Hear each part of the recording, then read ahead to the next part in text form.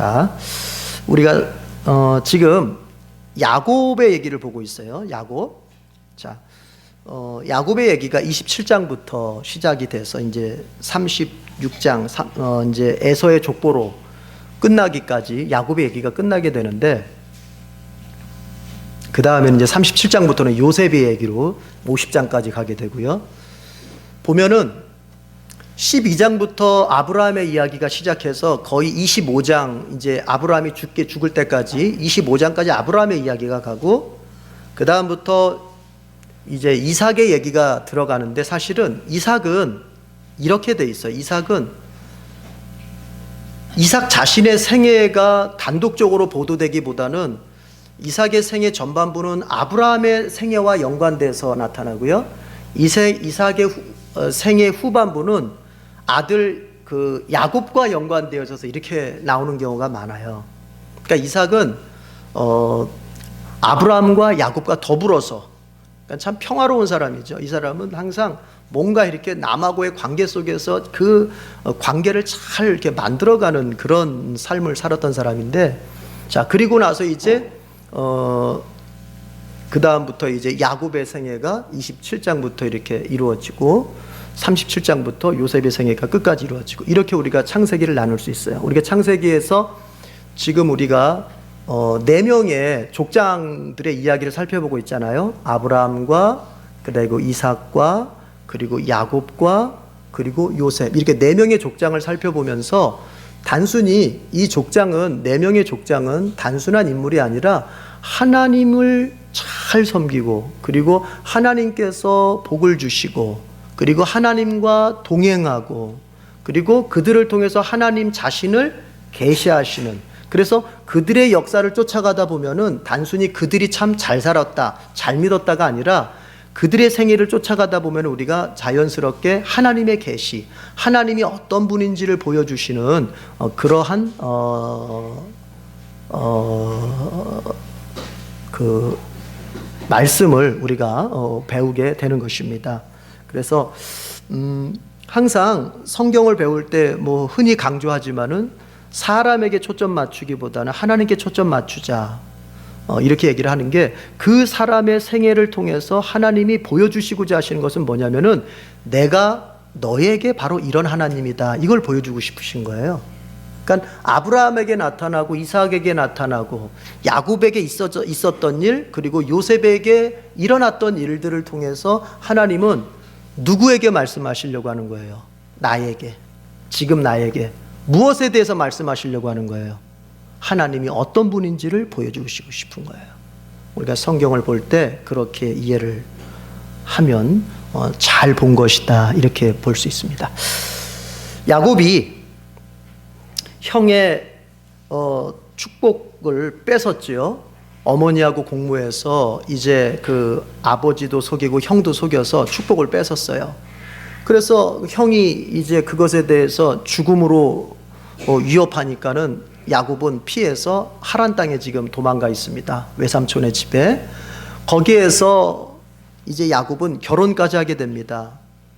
레아와 라헬이라고 하는 두 여인을 이제 자신의 배우자로 얻게 됩니다. 그리고 거기서 하나님께서는 레아에게 먼저 은혜를 베푸셔서 자녀를 보게 하십니다. 사랑을 라헬이 더 많이 받았는데, 남편의 사랑을 라헬이 더 많이 받았는데, 하나님께서는 남편의 사랑을 많이 받은 라헬에게보다는 레아를 더욱더 긍휼히 여기시면서 그 레아에게 먼저 자녀를 주셨어요. 그래서 루벤과 시몬과 레이와 유다를 레아가 생산을 먼저 하게 됩니다. 그러자 라헬은 남편의 사랑을 독차지 하는 것까지는 좋았는데, 결국 사랑의 열매라고 할 수 있는 자녀의 생산이 자기가 아니라 언니를 통해서 이루어진 것에 대해서 대단한 시기심을 갖게 됩니다. 질투를 하게 돼요.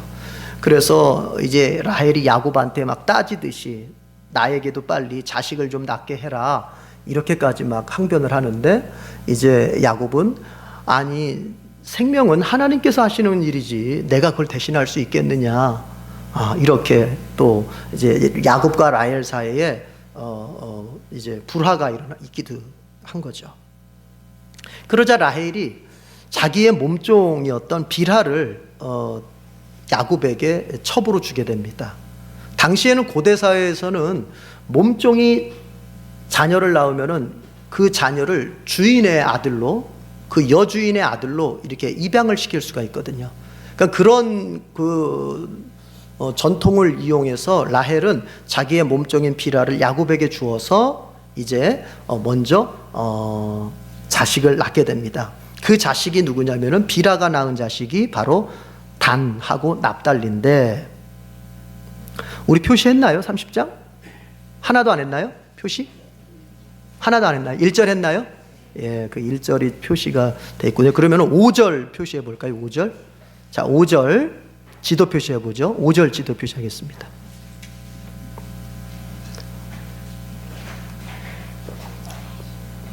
제가 지금은 여기 앞에서 칠판을 안 쓰기 때문에 여러분한테 지도 표시, 무슨 나침반 표시, 망원경 표시, 이걸 제가 말로만 하고 그 다음에 어떻게 하는 건지 모를 수 있는데, 지도 표시는 동그라미 안에다가 네모입니다. 그리고 지도 표시가 된 성경 구절에다가는 되도록 노란색 형광색 편으로 칠하시고요. 여러분 지금 그렇게 성경을 계속 정리해 가고 계시나요?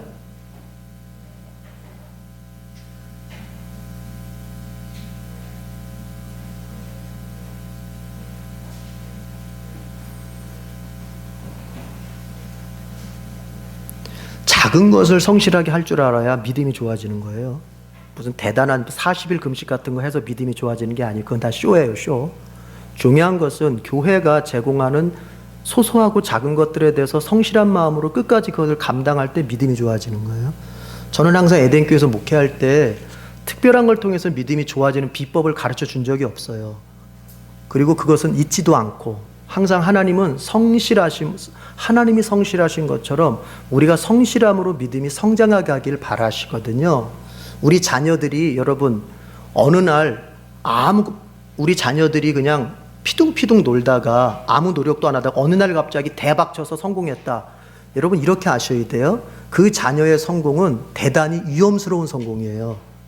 그거는 위험스러운 성공이에요. 그거는 로또 같은 것이라 그건 언젠간 깨지게 돼 있어요. 그러나 내 자녀가 잘 못해도 부족해도 열심히 하고 성실하게 하고 하나하나 이렇게 그냥 올라가듯이 올라가면 그거를 여러분 크게 박수 쳐줄 줄 알아야 돼요. 그게 훌륭한 거예요. 신앙생활도 마찬가지예요.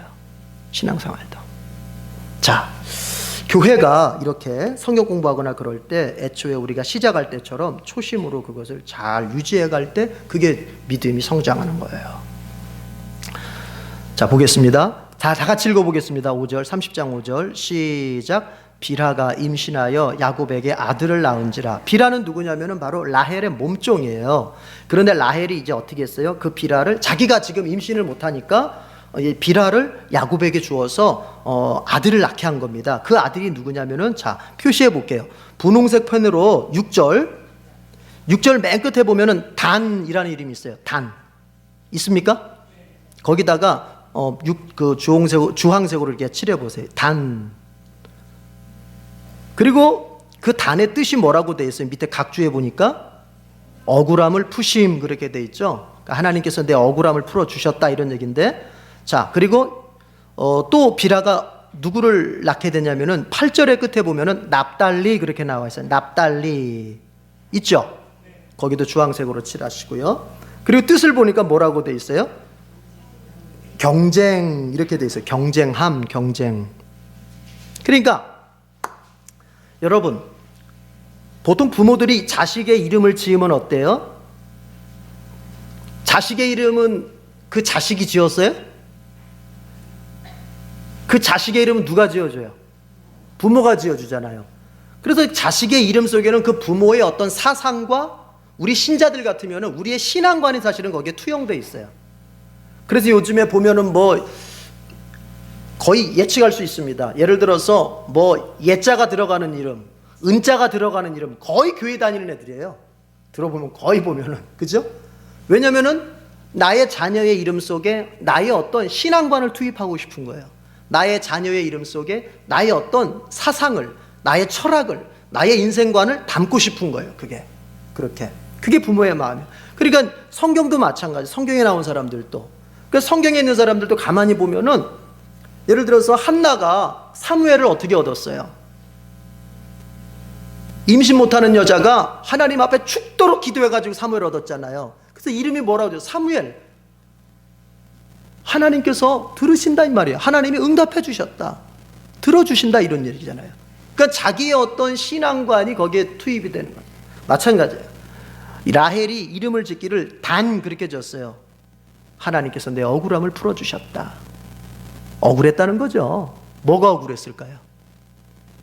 아니, 내가 남편한테 사랑은 더 많이 받았는데 이거는 내 언니한테, 레아한테 자식 낳는 우선권을 먼저 뺏겼으니 얼마나 막 시기와 질투가 일어나면서 막 마음이 억울했겠어요. 그러나 여러분, 가만히 생각해 보세요.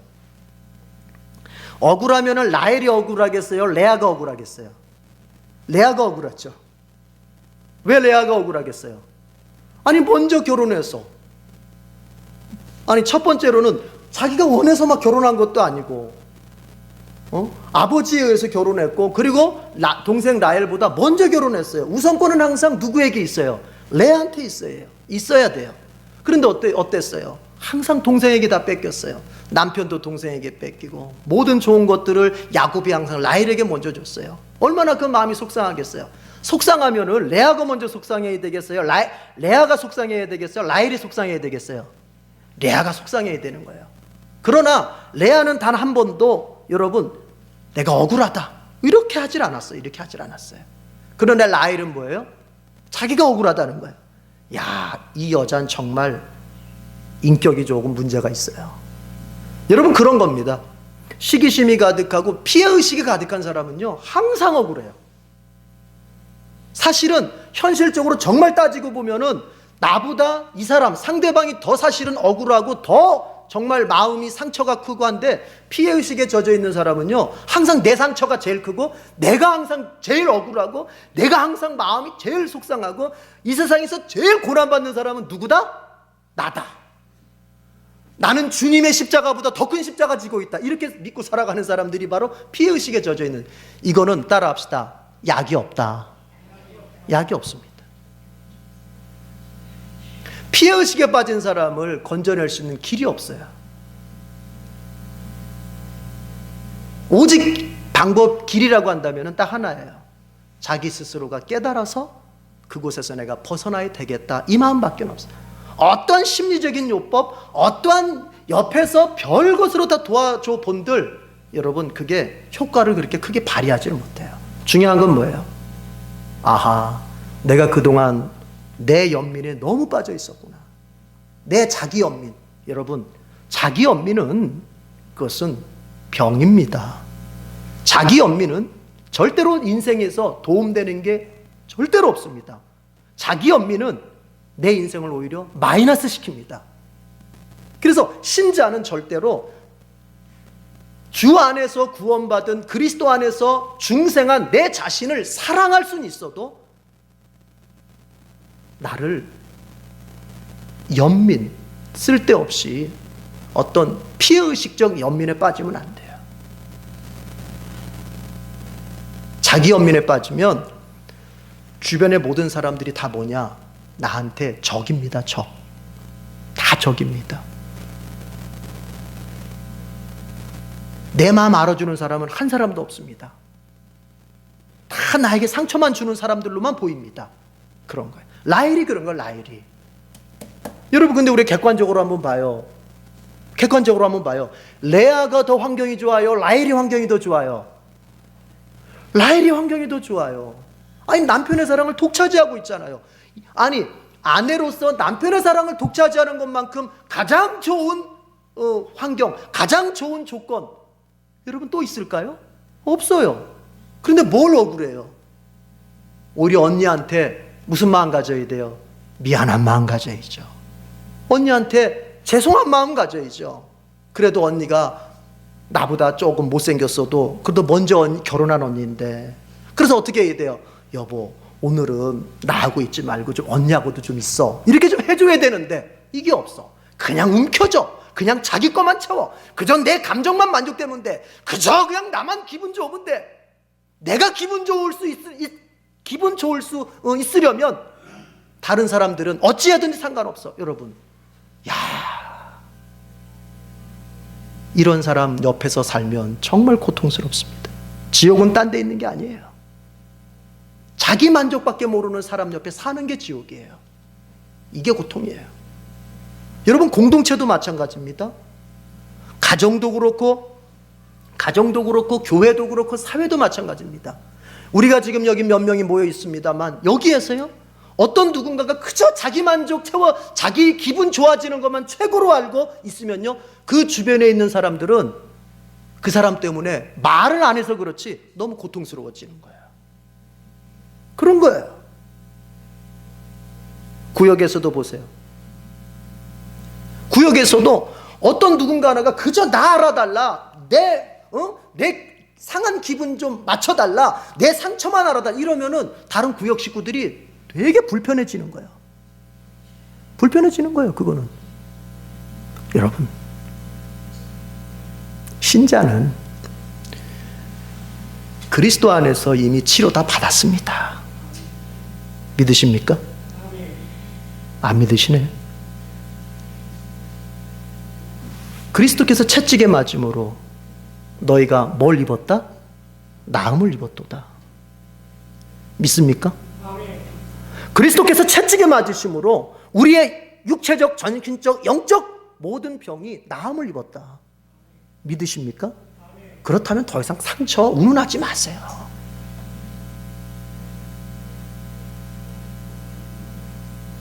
하나님께서 우리를 부르신 그 처지가 다 달라요. 여기 지금 이렇게 있는 숫자만큼 여러분이 주님으로부터 부름받은, 주님께로 부름받은 그 출발점이 다 달라요. 그 얘기는 무슨 얘기입니까? 다 그 출발점부터 이제 견디며 가는 거예요. 인생은 비교하면서 난 너보다 더 고생했어, 그러니까 난 너한테 위로만 받아야 돼, 그런 게 어디 있습니까? 그 사람도 그 사람 나름대로 상처가 있고 그 사람도 그 사람대로 아픔이 있는 거예요. 다 사람들은 저마다 견디면서 가고 있는 거예요. 그럼 나도 견디면서 가야죠. 나도 견디면서 가야죠. 나는 무슨 내 특권이라고 다른 사람한테 자꾸 위로만 받으려고 그래요. 나도 위로해줘야죠. 나도 다른 사람을 치유해줘야죠. 그렇잖아요. 그래서 자꾸 자기 상처, 자기 기분만 내세우는 사람은 그 사람을 가리켜서 우리는 가장 이기적인 사람이라 이렇게 말할 수 있는 거예요. 여러분, 그리스도인은 그리스도 안에서 구원받을 때에 모든 것들이 치유되었고 모든 것들이 회복되었고 모든 것들이 달라졌다 믿고 출발한 사람들이에요. 맞습니까? 그러면 이제 그런 사람답게 살아있죠. 조금 아프면 견디고, 조금 아프면 야, 나보다 아픈 사람들 더 있어, 됐어, 그러면서 가는 거죠. 라헬이 억울하답니다. 여러분, 아무리 객관적으로 봐도 억울한 건 레아인데요,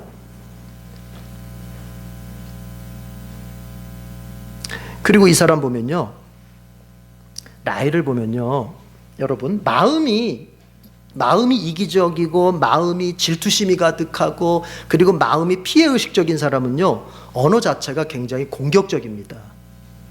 언어 자체가. 그래서 보세요. 단 보면은 억울함을 풀어주셨다. 납달리 뭐예요? 경쟁한다, 막 이런 굉장히 공격적인. 여러분, 공산 우리 뉴스 같은 거 보면은, 뉴스 같은 거 이렇게 뉴스를 보다 보면은 북한 그 영상 나올 때 뒤에 이렇게 이렇게 써 있죠. 뭐 이렇게 구호 같은 거 써 있잖아요. 그 읽어보면 어때요? 야, 참 저 사람들은 무슨 완전 전투적, 굉장히 공격적이죠. 그게 공산주의들의 마음이에요, 마음. 공격적인 마음, 그리고 남에 대해서 항상 어떤 찌르는 듯이. 그 사람들이 자꾸 이렇게 하려고 그래요. 언어를 바꾸려고 들어요.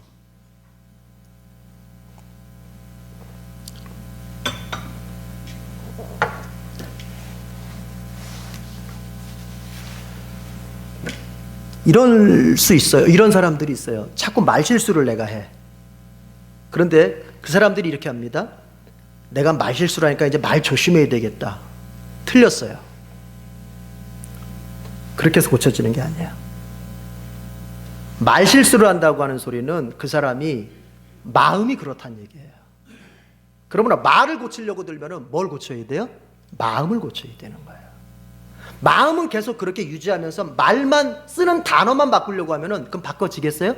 안 바꿔져요. 안 될 일을 하려고 되는 거예요. 예를 들어서 내가 굉장히 이렇게 좀 부정적인 말을 한다. 그러면 그것은 그 사람의 마음이 부정적인 방식으로 딱 굳어져 있으니까 그런 거예요. 그러면 그 사람의 부정적인 말을 고치려면 단어만 바꾼다고 해서 그게 되는 게 아니에요. 뭐가 바뀌어야 돼요? 마음이 긍정적인 사람으로 바뀌어야 돼요. 내가 항상 누군가를 공격적으로 말을 한다. 라헬처럼. 그러면 그 사람이 시기심이 있거나 굉장히 그 사람이 열등의식, 지금 라헬처럼 열등의식이 강하기 때문에 상대방에 대해서 피해의식을 느끼면서 공격적인 말을 하거든요. 그거는 단어 바꾼다고 되는 게 아니에요. 말하는 어떤 그런 폼을 바꾼다고 되는 게 아니에요. 뭐가 바뀌어야 돼요? 마음이 바뀌어야 돼요. 마음이 바뀌어야 돼요. 마음이 바뀌어야 돼요. 마음이 너그러운 사람이 되고, 마음이 다른 사람에 대해서 열린 마음을 갖고, 다른 사람에 대해서 내가 기꺼이 나의 어떤 그 연민을, 나의 어떤 상처를 주장하려고 하는 그 마음을 바꾸고, 내가 다른 사람의 상처를 더 크게 봐주고, 다른 사람의 입장을 더 내가 크게 봐주는 그런 마음으로 바뀌어야 이 단어가 바뀌는 것이지, 마음은 그대로 간직하면서, 마음은 계속해서 사람들한테 떠받들여지고, 마음은 계속해서 다른 사람들한테 기분 좋은 소리만 듣기를 바라면서 내가 단어를 바꿔가지고 다른 사람한테 호감 있는 사람이 되겠다. 그거는 잠깐은 그렇게 돼요. 잠깐은. 그러나 오래 못 가죠. 마음이 바뀌어야 돼. 그런데 그 마음은 어느 때 바뀝니까? 영혼이 바뀔 때 마음이 바뀌는 거예요. 예수님을 통해서, 성령을 통해서 내 영혼이 중생을 해야 이제 그 마음이 내가 주님이 원하시는 마음으로 바뀌어가고, 그 바뀐 마음을 따라서 나의 언어, 나의 행동이 점점 바뀌어가는 거예요. 사람의 변화는 그렇게 일어나는 것입니다. 그래서 여러분, 단순히 몇 가지의 스킬, 기술만 가르쳐줘가지고 사람을 바꾼다, 잠깐의 효과가 있을 수 있어요. 원래 심리학에서도 행동주의 심리학이 있고, 그 다음에 마음의 심리학이라는 게, 항상 심리학은 크게 보면 두 갈래예요. 하나는 행동을 고쳐서 바꾸려고 하는 쪽이 있고, 하나는 마음을 고쳐서 바꾸려고 하는 쪽이 있어요. 한때는 행동주의 심리학이 인기가 있었어요. 그리고 그게 통했어요. 그러나 여러분, 그게 오래 못 가요. 마음이 바뀌어야 돼요. 다시 말하면 삶의 변화라고 하는 것은 언어 바꾸고 행동 몇 가지 바꾼다고 되는 게 아니고, 환경 바꾼다고 되는 게 아니고, 뭐가 바뀌어야 돼요? 영혼이 바뀌고 마음이 바뀌어야 돼요. 근데 그 영혼이 바뀌고 마음이 바꾸는 거 누가 하세요? 그거를 성령이 하시는 일이 바로 그걸 하시는 거예요. 성령이 하시는 일이 그거예요. 오늘 우리가 여기 이렇게 지금 예배 자리에 와 있습니다. 참 감사하죠. 정말 직장 생활이든 또 가정 생활 돌보는 것이든 힘들었을 텐데 저녁에 모여서 같이 이렇게 예배한다고 하는 거 정말 여러분 너무 감사하죠. 목회하는 사람으로서. 그러나 우리의 예배 생활을 한번 뒤돌아보십시다. 내가 교회 다닌 지 얼마나 됐지?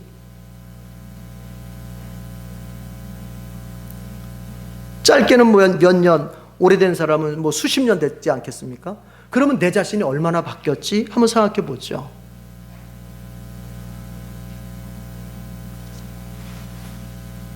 안 바뀌었다면 왜 안 바뀌었을까요?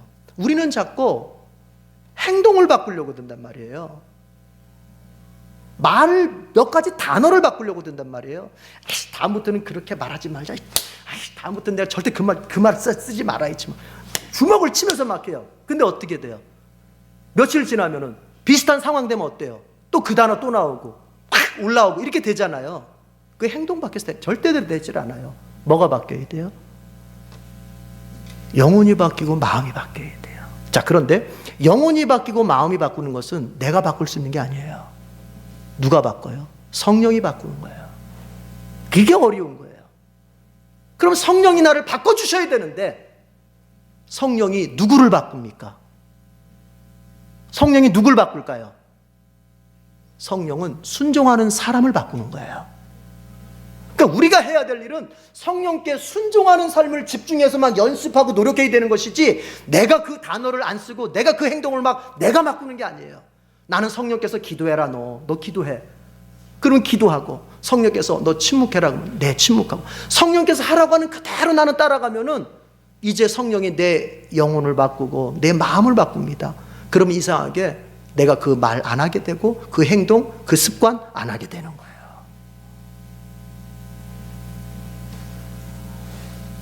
지금 멀리 갔어. 라헬이 바뀌려면 그것은 몇 마디의 말을 바꿔서가 아니라 그가 하나님 앞에 뭘 바꿔야 돼요? 마음이 바뀌어져야 돼요. 마음이. 따라합시다. 회개는 마음을 바꾸는 것이다. 그게 출발점이에요. 우리가 회개하는 것은 마음을 먼저 바꾸는 거예요. 그리고 그 마음을 따라서 행동을 바꿔가는 거예요. 여러분 스스로가 경험하지 않습니까? 우리가 주일날 예배드리거나 뭔가 이렇게 후회한 일이 생기면은 야, 그렇게 하지 말자 해놓고 며칠 만에 바꾸잖아요. 그것은 뭐냐? 내가 마음을 바꾸질 않아요. 한번 나 자신에게 물어보세요. 나 자신에게 정말 마음을 바꿀 용의가 있는지 물어보세요.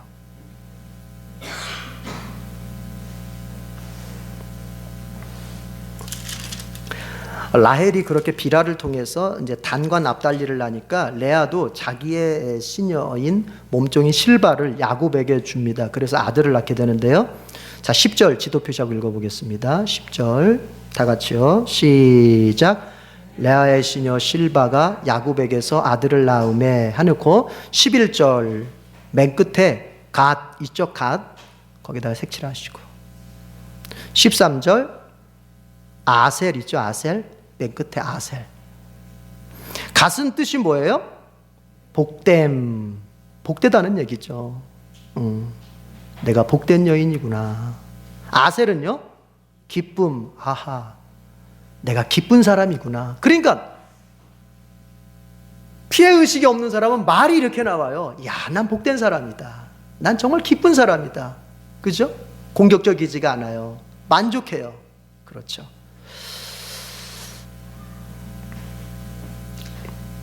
그러다가 이제 하나님께서 또 레아를 기억하십니다. 그래서 레아에게 또 남편의 사랑을 받을 기회를 주십니다. 그래서 레아가 또 잉태하게 돼요. 17절 좀 표시하는 데가 많아요. 이번엔 17절 지도 표시해 볼게요. 그리고 읽어보십시다. 17절 다 같이 시작. 하나님이 레아의 소원을 들으셨으므로 그가 임신하여 5째 아들을 야곱에게 낳은지라 하놓고 18절 끝에 가니까 이사갈 그랬죠. 이사갈 값. 하나님께서 내가 희생한 것에 대한 값을 쳐주셨다 이런 의미죠. 자, 20절은 중간쯤 보면은 이런 말이 있어요. 6 아들을 낳았으니 그런 말이 있죠. 그러니까 레아의 6번째 아들이에요. 찾았습니까? 네, 거기 한번 노란색으로 거기만 칠하시고요. 6 아들을 낳았으니 해놓고 20절 끝에 가면은 주황색으로 스불론 그래야 되죠. 스불론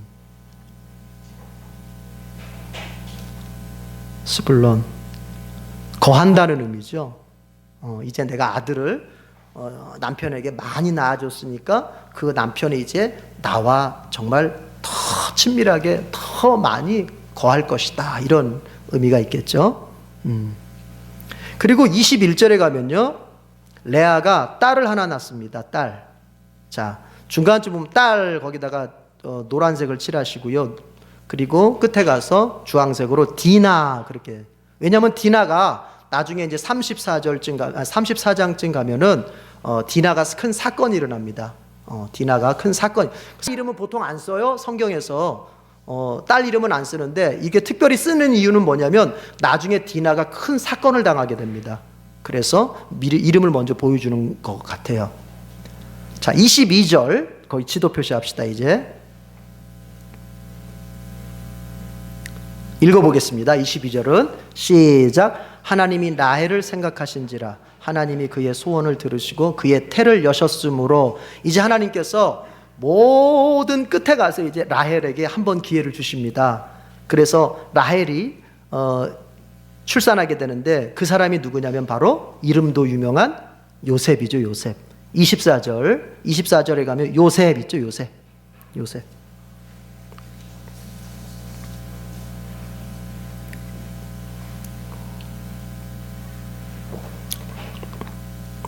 요셉이라는 이름은 두 가지 의미를 이중적이에요. 뜻이 이것은 씻는다라는 의미도 있고 더한다는 의미도 있거든요. 그래서 성경 23절에 보면 이렇게 돼 있죠.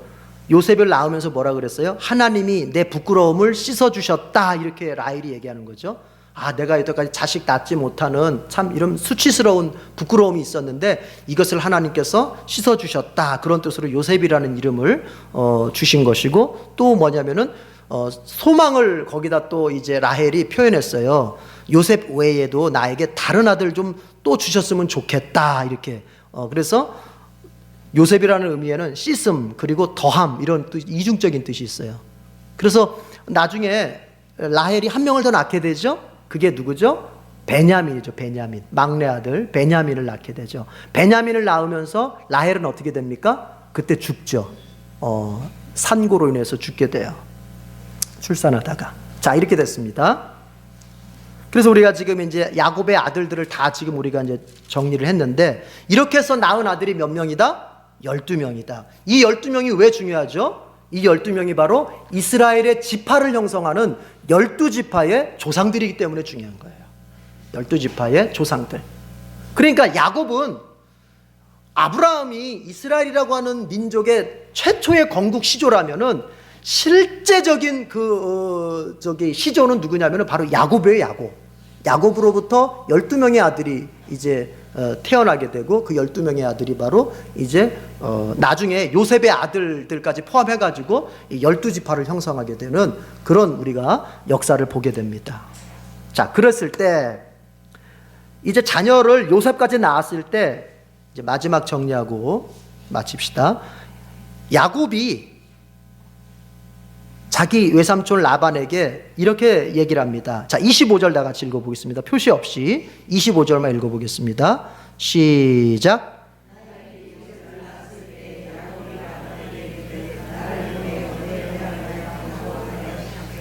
이제 나 고향으로 좀 가고 싶습니다. 삼촌, 나 고향 땅으로 돌아갈 수 있도록 좀 허락 좀 해주세요. 이렇게 요구했어요. 그러니까 라반이 이 야곱을 보내고 싶어 하질 않아요. 야, 내가 너한테 뭐 섭섭하게 해준 거 있냐? 야, 내가 너한테 섭섭하게 해준 게 있었는지 모르겠지만 네가 나를 사랑스럽게 여기거든. 너 여기 그대로 있어라. 이유가 있어요. 이유가. 왜냐면은 27절 보세요. 27절을 보면은 라반이 야곱한테 뭐라 그러냐면은 여호와께서 너로 말미암아서 내게 복 주신 것을 내가 잘 안다. 그러니까 야곱 때문에 라반이 복을 받았어요. 그러니까 쉽게 말해서 야곱이 지금 복덩어리. 근데 그 복덩어리가 지금 떠나려고 하니까 라반이 지금 뭐라 그래요? 떠나지 말아라. 여기 있어라. 같이 있자. 그러면서 하는 얘기가 네가 품삯을 정해라. 여태까지는 레아 얻고 라헬 얻느라고 공짜로 일해줬잖아요. 그러니까 이제부터는 내가 월급 줄 테니까 월급을 정해라. 그럼 내가 월급을 그걸 주겠다. 이렇게 얘기를 해요. 그러니까 야곱이 이렇게 얘기합니다. 자, 삼촌 그러면 이렇게 해주세요. 삼촌의 양 중에서 이제 아롱지고 그리고 점 있고 검정 것은 이제부터 제 거로 치겠습니다. 그리고 염소 중에서는 점 있고 아롱진 거 있으면은 그것도 제 거로 치겠습니다. 이게 내 품삯이 될 것입니다. 이런 제안을 해요. 자, 31절 32절 나침반 표시하겠습니다.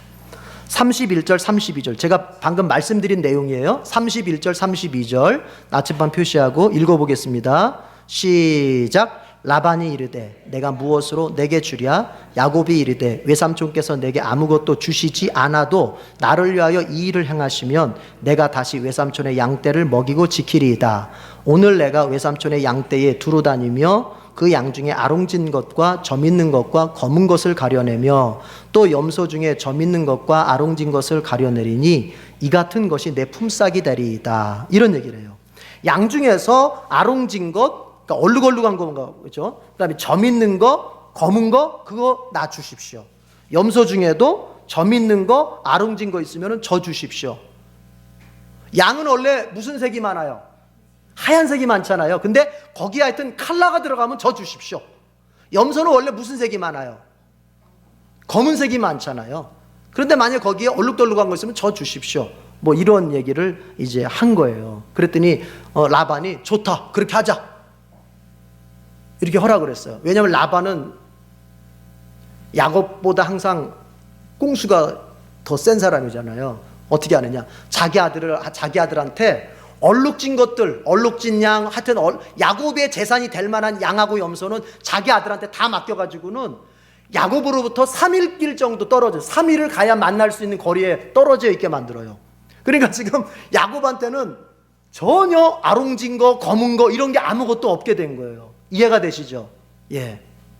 그런데 여러분, 하나님께서 야곱에게 복을 주시는데요, 야곱이 버드나무, 살구나무, 신풍나무 껍질을 다 벗겨. 그런 다음에 그 껍질 벗긴 걸 이제 묶어가지고 한 묶음으로 묶은 다음에는 양들이 이제 물 먹으러 올 때, 그 앞에다가 그 나무 껍질 벗긴 거를 딱 박아놔요. 그러면 양들이 물 먹으러 오면서 암수가 만나면 거기서 교미를 하거든요. 그 교미를 할 때 야곱이 그 박아놓은, 거기다 세워놓은 나무를 보면서 교미를 하면은 새끼가 아롱진 거 내지는 검은 거, 아니 이런 야곱이 원하는 새끼가 나오는 거예요. 야, 우리나라 축산업은 이제 부흥기를 맞이하겠다. 이제 버드나무, 살구나무, 신풍나무 갖다가.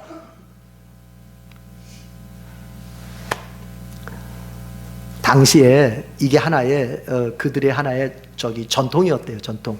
중동 지방 사람들이 그 양이나 염소가 교미할 때 하나의 행했던 하나의 미신과 같은 전통이래요. 근데 하나님께서는요, 미신과 같은 전통인데도 이것 때문에 복을 주시는 게 아니라 야곱에게 복을 주시려고 하셨기 때문에 나중에 양과 그 염소가 많아지게 되는 거예요. 네. 여러분, 이거 따라하면 안 됩니다. 양 사다가 염소 사다가 나무 껍질 벗겨놓고 거기다가 이렇게 한다고 되는 게 아니에요. 하나님께서 그것 때문에 주신 게 아니에요. 뭐예요? 야곱이 노력하는 거예요. 아무것도 없는 상황 속에서 하나님 믿으면서 자기가 할 수 있는 노력을 최대한 다하는 거예요. 여러분, 하나님께서 복을 누구에게 주십니까? 바로 이런 사람에게 주시는 거예요. 하나님을 먼저 믿어요. 여러분, 야곱이 우리 베델 28장 베델 서원에서 거기서 야곱의 사닥다리를 경험했잖아요. 거기서 체험했잖아요. 그때 하나님께서 뭐라고 말씀하셨어요? 네가 어디로 가든지 내가 너와 함께 할 것이다. 내가 너에게 반드시 복을 주어서 너를 고향 땅으로 다시 돌아오게 만들어줄 것이다. 그 약속하셨잖아요. 야곱은 그 약속을 믿는 거예요. 그 약속을 믿고 나서 이제 어때요? 그 당시에 자기가 할 수 있는 일을 최선을 다해서 하는 거예요. 그럴 때 하나님께서 어떻게 하십니까? 그에게 정말 자기가 원하는 양, 자기가 원하는 염소를 가득 얻게 복을 주시는 거예요. 여러분, 두 가지가 같이 가야 돼요. 우리가 복을 받아야 되는데 먼저는 하나님의 약속을 분명하게 알고 하나님의 약속을 분명하게 믿어야 돼요. 성경을 읽어서 하나님이 나에게 무슨 복을 약속하셨는지를 알고, 그리고 그 약속을 딱 믿음으로 붙잡아야 돼요. 야곱처럼. 야곱은 믿음이 있었다니까요. 그렇게. 그리고 나서 어떻게 해요? 야, 이제 약속했다. 이제 약속됐으니까 됐다. 이제 주님이 언젠간 주시겠지. 그리고 이제 탱자 놀러 다니고 그냥 막 헤벨레 해가지고 이러고 있어요? 그러면 안 되는 거예요. 여러분, 약속이 있을지라도 그 약속이 나에게 복의 현실로 이루어지도록 노력하지 않으면, 따라합시다, 약속은 약속으로 끝난다. 이걸 알아야 돼요. 예를 들어 이런 겁니다. 하나님께서 분명히 우리 가정에 복을 주시고 분명히 우리 자식들 잘 되게 하시고 하나님께서 우리 뭔가를 해주실 거다. 믿어요. 좋아요. 잘했어요. 그 다음에 뭐 해야 돼요? 죽도록 기도해야 돼요. 죽도록 기도해야 된다고요. 새벽에 기도하고 낮에 기도하고 저녁에 기도하고 그렇게 해야 되는 거예요. 약속이 남아있을지라도 하나님께서 일하실 수 있도록 내가 기도하고 하나님께 뭔가 헌신하고 정말 하나님의 마음을 기쁘시게 해서 봉사하고 막 이렇게 막 열심히 뭔가 내가 노력을 해야지. 그렇게 안 하면 여러분, 오늘 여기 수요일날 여러분 오셨습니다만 또 어떤 분들은 직장이 지금 이 시간까지 일하는 직장이라서 오지 못하시는 분도 있지만, 여러분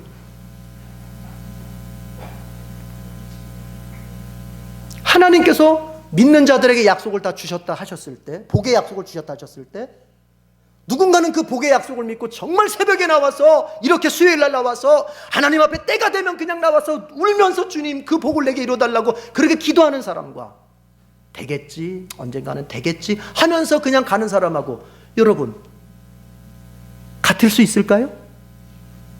같으면 안 되죠. 같으면 안 되죠. 같으면 하나님이 공평하지 않은 거예요. 공평하지 않은 거예요. 아니, 누군가는 정말로 자기의 모든 걸 희생해서 주님 앞에 기도에 열심을 내는데, 누군가는 다 놀 거 다 놀고 먹을 거 다 먹어가면서 그냥 살아가는데 하나님이 똑같이 복을 주신다. 저는 그 하나님 안 믿겠습니다. 저는 그 하나님 안 믿겠습니다.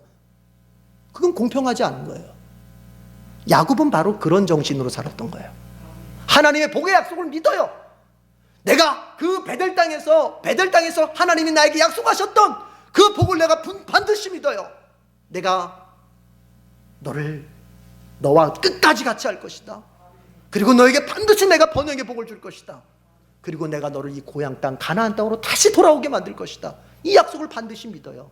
여러분, 믿었으면 뭐 해야 돼요?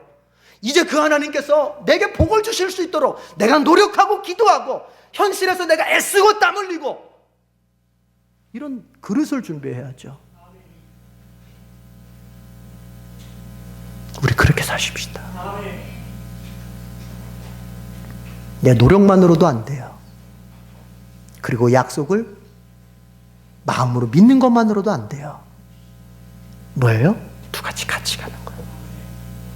야곱을 통해서 우리에게 보여주시는 하나님의 바로 교훈이 거기에 있습니다. 자, 그래서 어떻게 됐어요? 43절 마지막 지도 표시하고 43절 다 같이 읽어보십시다. 43절 시작. 이에 그 사람이 매우 번창하여 양떼와 노비와 낙타와 나귀가 많았더라. 여러분, 처음에 시작할 때는 어땠습니까? 자기가 원하는 양 한 마리, 자기가 원하는 염소 한 마리, 한 마리도 없었어요. 아롱진 거, 검은 거, 얼룩덜룩한 거 아무것도 없었어요. 왜냐? 라반이 다 뺏어갔잖아요. 그리고 3일 길 떨어져 있게 만들었잖아요. 한 마리도 없어요. 그런데 여러분, 결과가 어떻게 됐어요? 그 야곱이 매우 번창해서 양떼와 노비와 낙타와 나귀가 많았더라. 여러분, 하나님의 역사를 정말 믿으시길 바랍니다. 정말 믿으신다면 이제 기도 좀 하세요.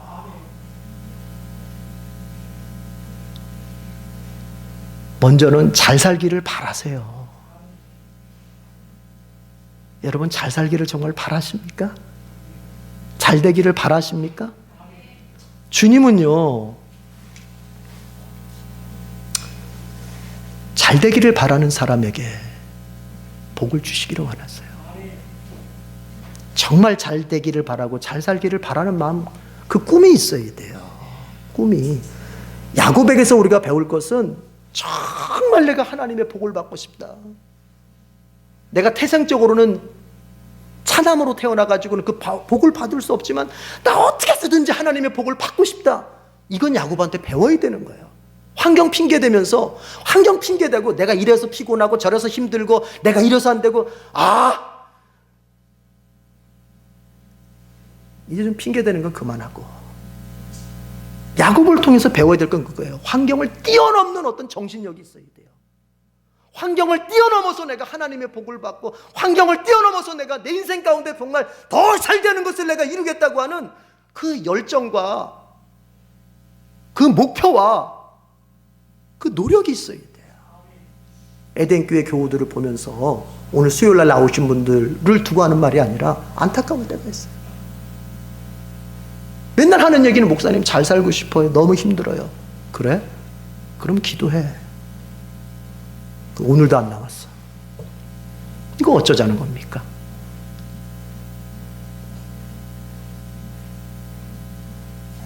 여러분, 주님은 우리에게 정말 복을 주시기를 원하십니다. 그러나 이제 우리가 믿음을 가지고, 그리고 내가 정말 주님 앞에 이렇게 표현할게요. 죽도록 기도하고 메어 달리는 가운데 그 복을 받을 수 있는 그릇을 준비해야 돼요. 야곱에게서 우리가 본받을 점은 그겁니다. 이 열정, 환경 탓하지 않고 한 마리도 없는, 양염소 한 마리도 없는 저 3일길이나 떨어진 곳에서 아롱진 것이고 검은 것이 있고, 내 환경은 도대체가 아롱진 양이 한 마리가 나올 수도 없는, 유전적으로 나올 수 없는 그 DNA 자체가 없어요. DNA 자체가. 우리 같으면 얼마든지 핑계 댈 수 있잖아요. 하나님, 저도요 기도하고 싶은데 힘들어요, 피곤해요, 할 수 있죠. 그러나 하나님은 그때, 그래 네가 피곤하구나, 그러면 기도 안 해도, 내가 노력 안 해도 너한테 복을 줄게, 이렇게 하실까요, 안 하실까요? 모르시겠어요? 안 하십니다. 제가 매정한 듯이 얘기하지만 여러분 정말이에요. 어느 시대든지 어느 삶이든지 자기에게 주어진 환경을 뛰어넘는 것이 신앙이고, 자기에게 주어진 인생을 뛰어넘으려고 애쓰는 가운데서 사람이 복도 받고 인격도 성장하고 인생이 나아지는 겁니다. 모든 조건이 다 뒷받침이 돼서 내게서 저절로 그것을 이루게 하는 경우는 없어요. 여러분 마음속에 품고 있는 어떤 목적이 있고 목표가 있고, 여러분 마음속에 품고 있는 어떤 정말 비전이 있다면, 이렇게 한번 제가 물어볼게요. 그 비전이 정말 비전입니까? 그 목표가 정말 목표입니까? 정말 그 꿈이 정말 꿈입니까? 그걸 분별할 수 있어요. 어떻게? 그것이 진짜 주님이 주신 목표요 꿈이라면 여러분은 그 대가를 지불하게 돼 있어요.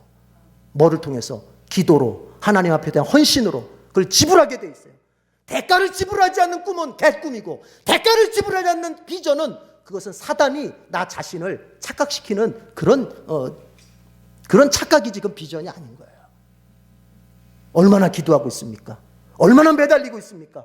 하나님 앞에서 얼마나 몸부림치고 있습니까? 하나님의 복이 아니면 나는 살 수 없다고, 하나님이 나의 마음을 바꾸지 않으면 내 인생은 변화될 수 없다고, 하나님이 내 자식을 책임지지 않으면 내 자식은 절대로 성공할 수 없다고 얼마나 몸부림치면서 하나님 앞에 울고 있습니까? 그 대가를 지불한 사람이 바로 야곱이에요. 야곱.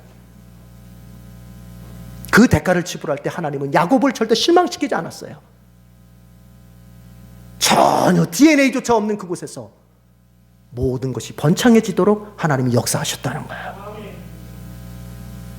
우리에게 이런 자극과 도전을 줄 때 우리의 마음이 그것을 믿음으로 붙잡을 수 있기를 바랍니다. 기도하겠습니다.